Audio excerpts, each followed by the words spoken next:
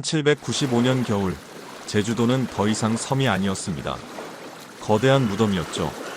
거리마다 시신이 나뒹굴고 살아남은 자들은 나무 껍질을 벗겨 먹다가 이빨이 부러졌습니다. 어떤 이들은 흙을 입에 밀어넣으며 배만 채우면 된다고 중얼거렸고, 어떤 가족은 서로를 바라보며 누가 먼저 죽을지 기다렸습니다. 관아의 관리들조차 도망갔습니다. 이건 우리 손으로 어쩔 수 없소. 조정에서 보낸 9호선 5척은 추자도 바다 밑에 가라앉았고 2만 섬의 쌀은 물고기 밥이 되었습니다. 제주 목사는 장기에 이렇게 썼습니다. 이곳은 이제 사람이 살 곳이 아닙니다. 하지만 그 순간 건이포 포구의 기적처럼 배 한 척이 들어왔습니다. 아니, 한 척이 아니었습니다. 2척, 3척, 4척. 배마다 쌀 가마니가 산처럼 쌓여 있었죠. 죽어가던 사람들이 좀비처럼 포구로 기어왔습니다. 누구요? 누가 보낸 거요? 대답은 충격적이었습니다. 만덕 할망이십니다. 만덕? 사람들은 고개를 가우뚱했습니다. 그 이름 건이포에서 객주를 운영하는 여자 장사치. 그런데 더 충격적인 건 그 다음이었습니다. 기생 출신이라던데요? 조선에서 가장 천한 신분. 왕도, 양반도, 부자 상인도 아닌 기생 출신 여자가 수만 명을 살렸습니다. 국가가 포기한 백성을 한 개인이 구한 겁니다. 도대체 이게 어떻게 가능한 일일까요? 오늘 우리는 조선 역사가 감추고 싶어 했지만 결국 기록할 수밖에 없었던 한 여자의 미친 도박을 추적합니다. 그녀는 어떻게 밑바닥에서 정상으로 올라갔을까요? 그리고 왜 모든 것을 걸어야 했을까요?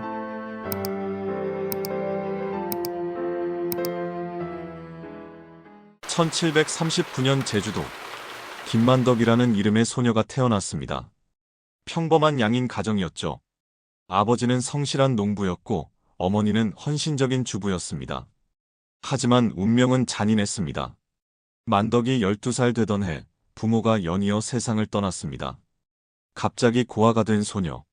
친척도 없고 의지할 곳도 없는 아이에게 남은 선택지는 단 하나였습니다. 기생의 양녀가 되는 것. 엄마, 나 기생되기 싫어요. 하지만 아무도 대답해주지 않았습니다. 관기가 된다는 건 단순히 술을 따르고 노래하는 게 아니었습니다. 신분이 땅바닥으로 추락한다는 의미였죠. 평생 천민이라는 낙인이 찍히고 결혼도 자유롭게 할 수 없고 자식도 대물림으로 천민이 되는 저주. 양인이었던 만덕은 하루아침에 사회의 밑바닥으로 떨어졌습니다. 하지만 만덕은 달랐습니다.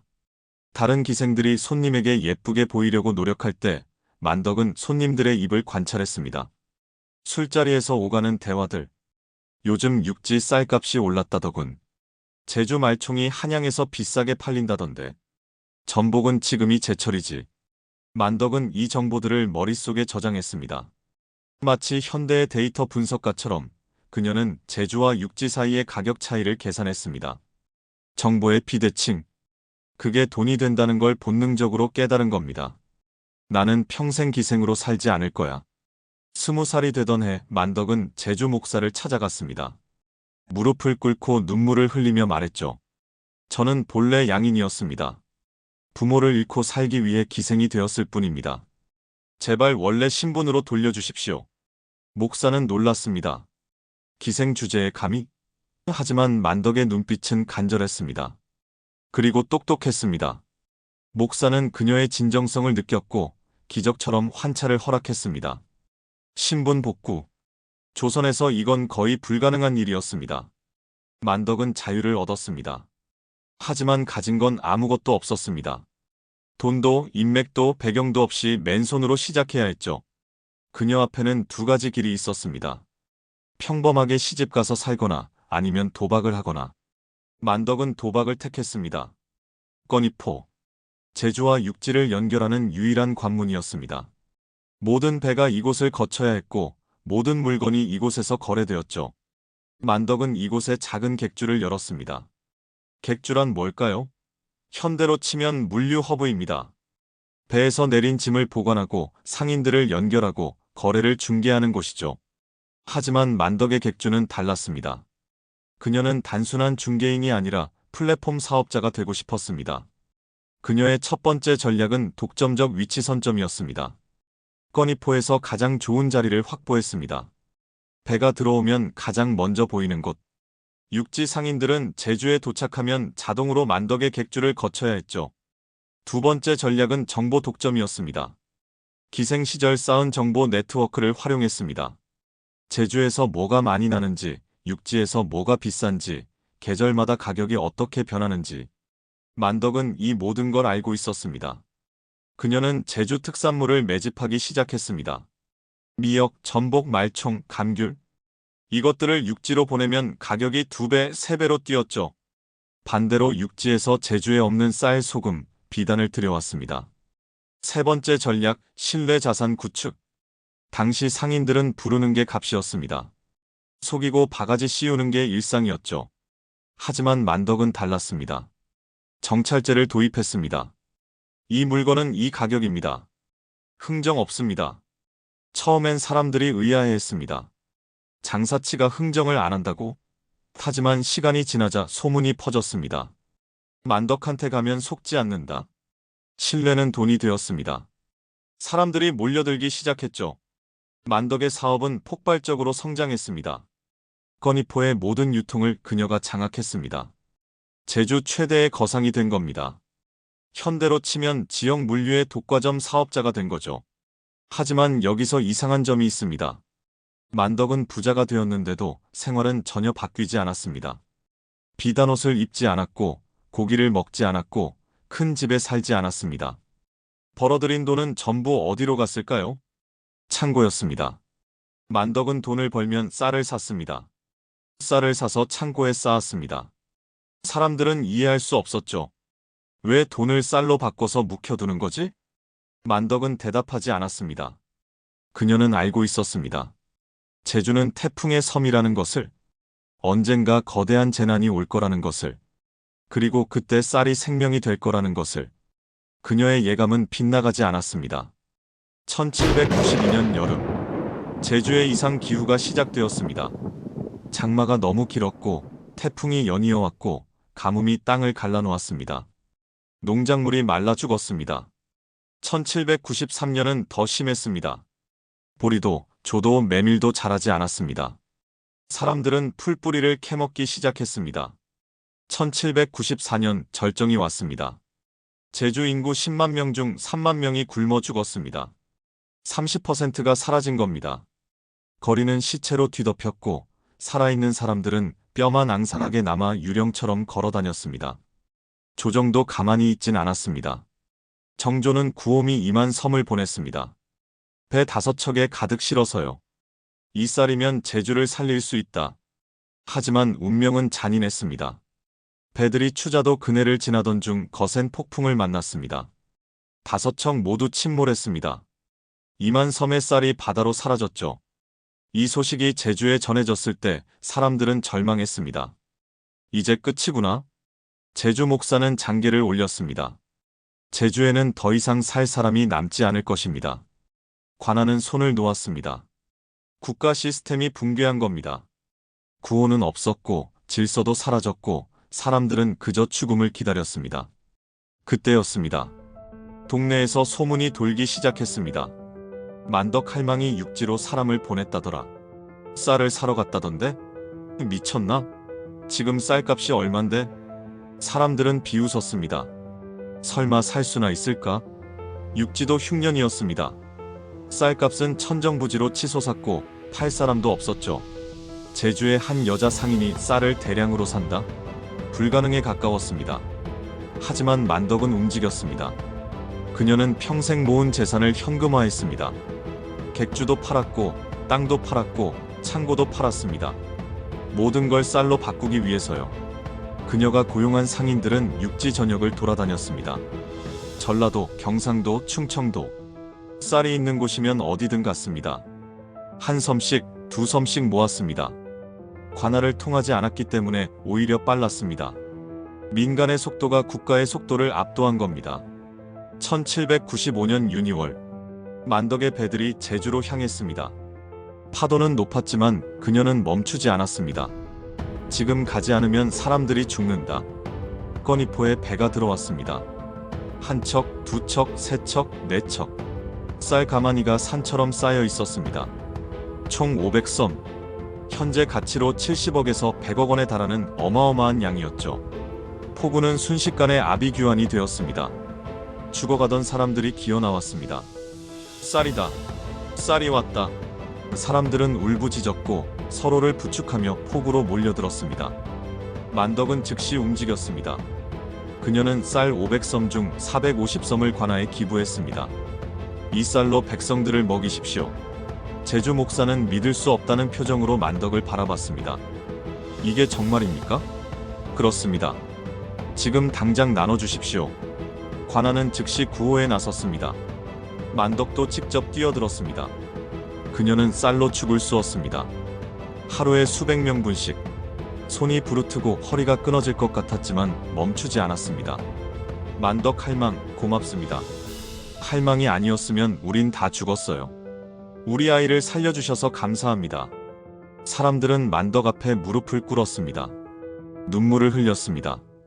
그녀의 이름을 불렀습니다. 만덕은 아무 말 없이 죽그릇을 건넸습니다.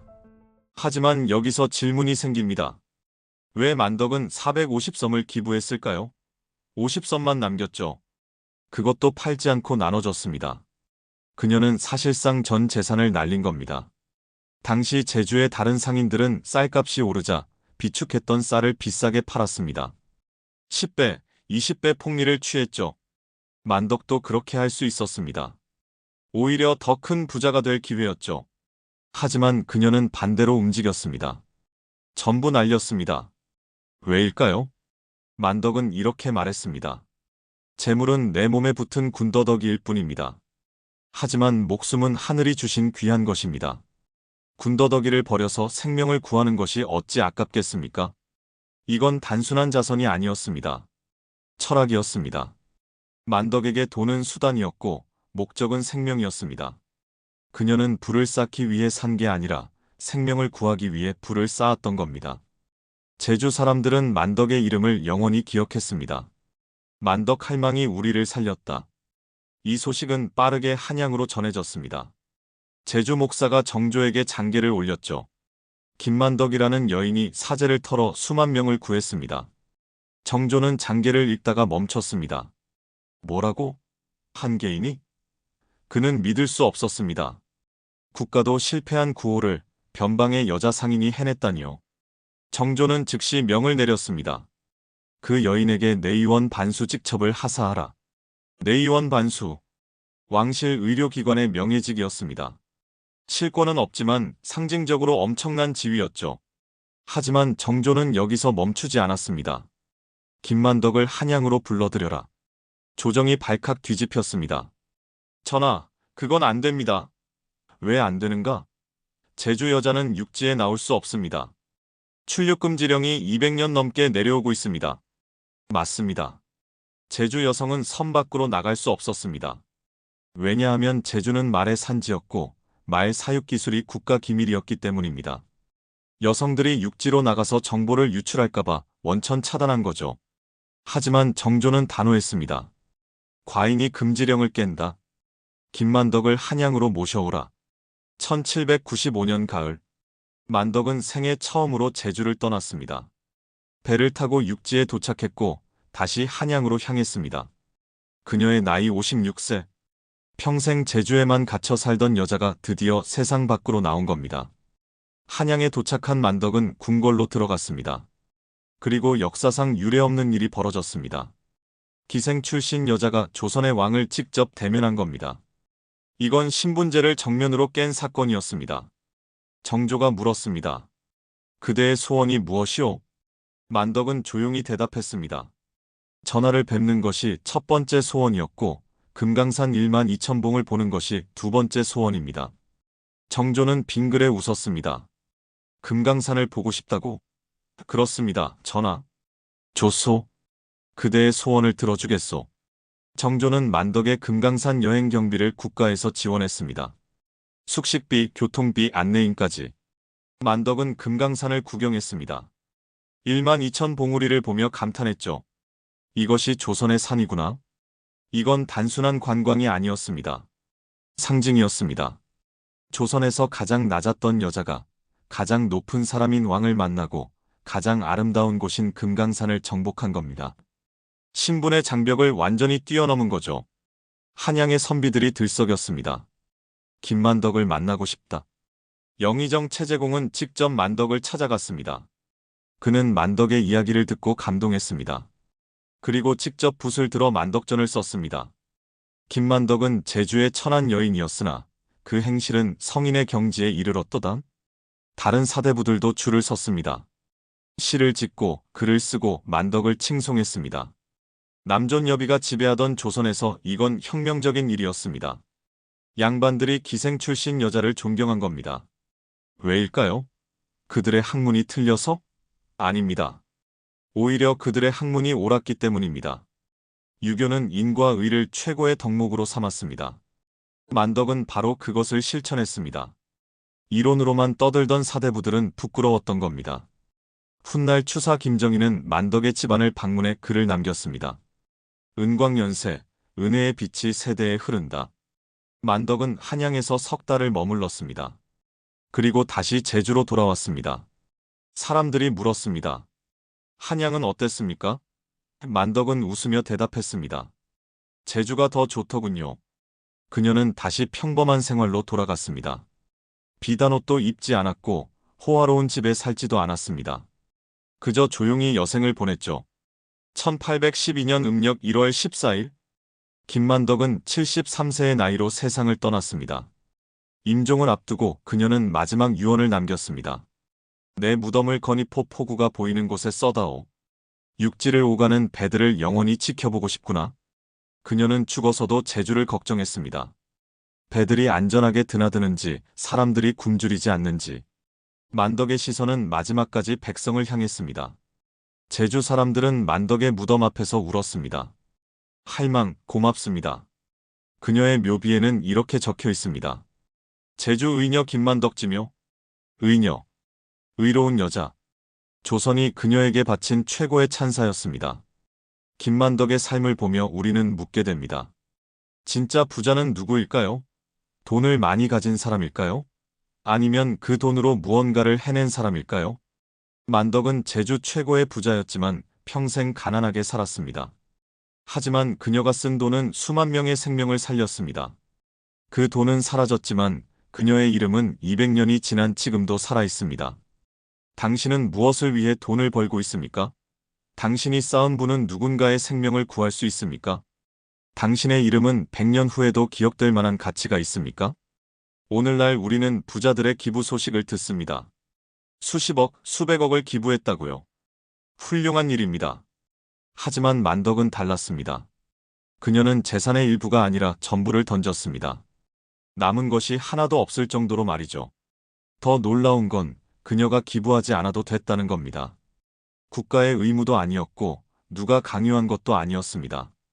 오히려 쌀값이 치솟았을 때 팔아서 더 큰 부자가 될 수도 있었죠. 하지만 만덕은 반대로 갔습니다. 왜일까요? 그녀는 알고 있었습니다. 돈은 쓰는 순간에만 가치가 있다는 것을. 쌓아두기만 하면 그건 그냥 종이 쪼가리고 쇠붙이일 뿐이라는 것을.